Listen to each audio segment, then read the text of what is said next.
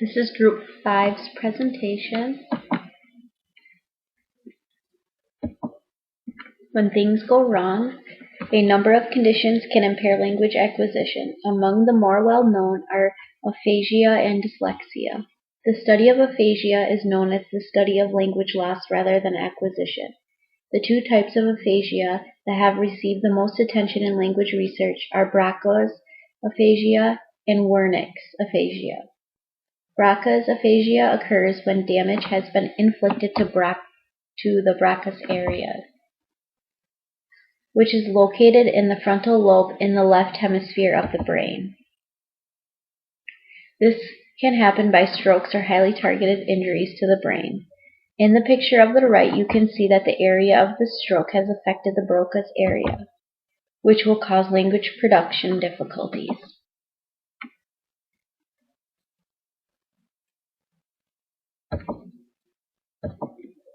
Broca's aphasia and Broca's area are named for the French physician Pierre-Paul Broca, who discovered its influence on language. It is important to remember that Broca's aphasia affects language production more than language comprehension.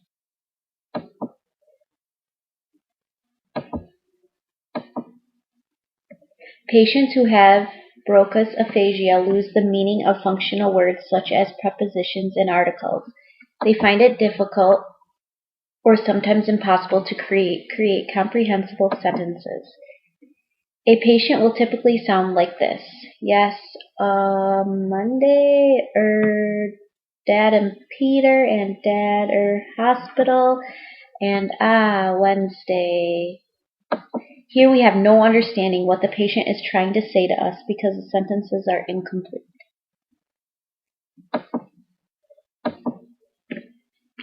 Broca's aphasia usually has no effect on subject-verb-object order, such as in the sentence, Susan ate spaghetti last night. It can easily be understood because of the subject-verb-object order. Sentences like the one on the screen are very difficult to understand. They typically rely on word order, which changes the meaning on the sentence. Patients will see the sentence, the dog bit the postman, and comprehend the sentence as the dog was bitten by the postman. Wernicke's area was named for Carl Wernicke, the physician who discovered the relation of the area to language. Like the Broca's area, it is located in the left hemisphere, but across the sylvian fissure. Damage to the Wernicke's area creates an aphasia that is significantly different from Broca's aphasia.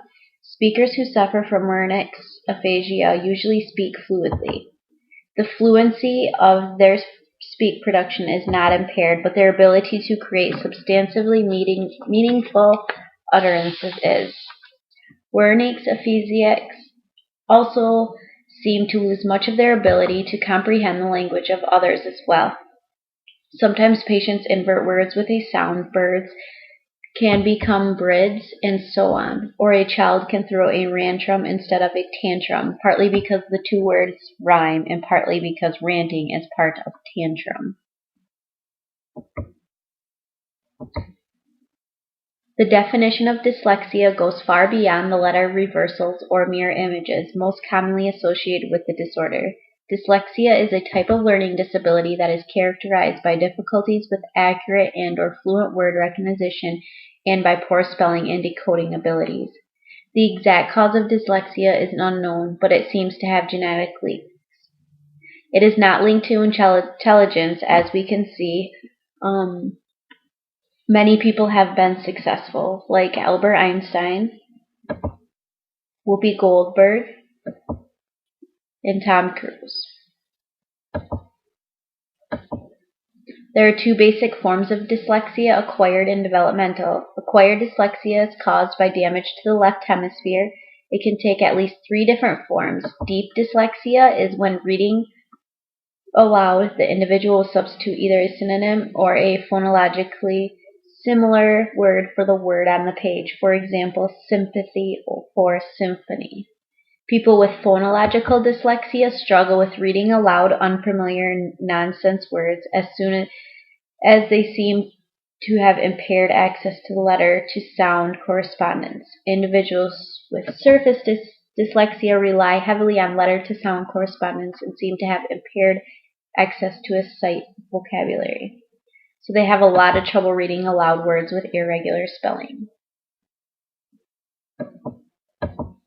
Developmental dyslexia is a learning disability that children have from birth. It is diagnosed primarily through comparison with other children of a similar age. Typically, if a child is 18 to 24 months behind reading skills and shows no other signs of developmental deficits, they have developmental dyslexia. It's important to remember that every child's experience with dyslexia is different, as are the teaching methods that work for a child. Many students become discouraged when they feel unable or dumb.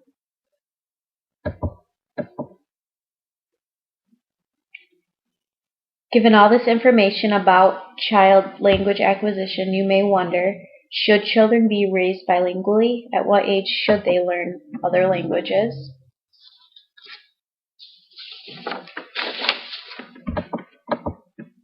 Learning 2 languages. This is my son Clark. He is 17 months old. Clark is raised in a bilingual household. I speak English and his father is able to speak Spanish. We try to incorporate the 2 languages in our household often. Children raised in homes or communities often pass through early stages of language acquisition later than other children. They have 2 sets of language input to sort through in figuring out how to construct grammatical utterances in both languages. Research has shown that children achieve these milestones more quickly if they can link a language to a person. For an example, Clark is at the beginning stages of learning language. He is learning how to count, use simple phrases such as milk please, go outside, yes please. Clark is learning these simple phrases from me in English and from his dad in Spanish. When Clark counts with his dad, he is beginning to use uno, dos, tres, and when he is counting with me, he is using 1, 2, 3. This will happen with the simple vocabulary we are working on with our son. Research suggests that even if languages are mixed, children will sort them out and catch up quickly in terms of fluency. In the United States, bilingual education has become a controversial political issue. While it's clear that before puberty, children can learn a second and third language with little conscious effort. Not everyone wants bilingual education in the public schools. They argue that it would undermine our unity as a nation. Bilingual education can mean teaching children in their own language as they transition into English, and it can mean instructing all students in 2 languages.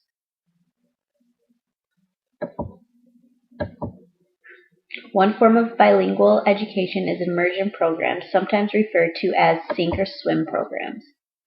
And early exit programs are designed to mainstream limited English proficiency children as quickly as possible. The rationale is that children learn best if immersed in the foreign language, which is English in this case. Proposition 227 in California was passed in 1998 and mandates that children can receive instruction in their native language in all subjects for a maximum of 1 year. Unless there are special circumstances after the 1 year is up, the students must study all subjects with their native English-speaking peers.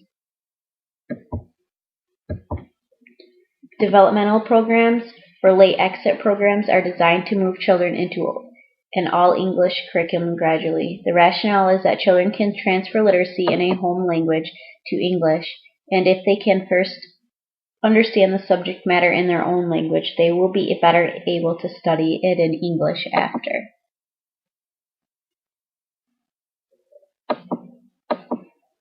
Dual language programs have many different variations, but the goal of all of them is to make all the children bilingual. Some programs split the day between languages or teach different subjects in different languages, while other programs begin with instruction in one language, move to a more split language curriculum in the middle years, and end with an English-dominant curriculum. Keep in mind that these are only 2 examples of the many different variations.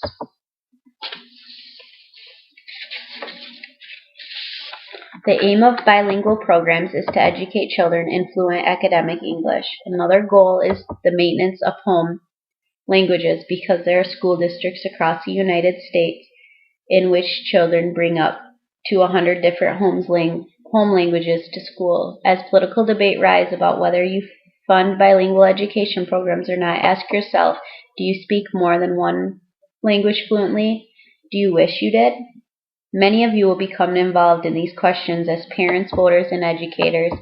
Knowledge about how language acquisition works will help make for an even better informed debate about the important topics.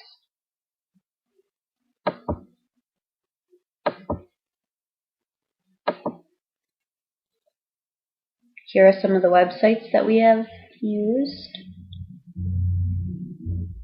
And it is the end of Group 5's presentation. Thank you.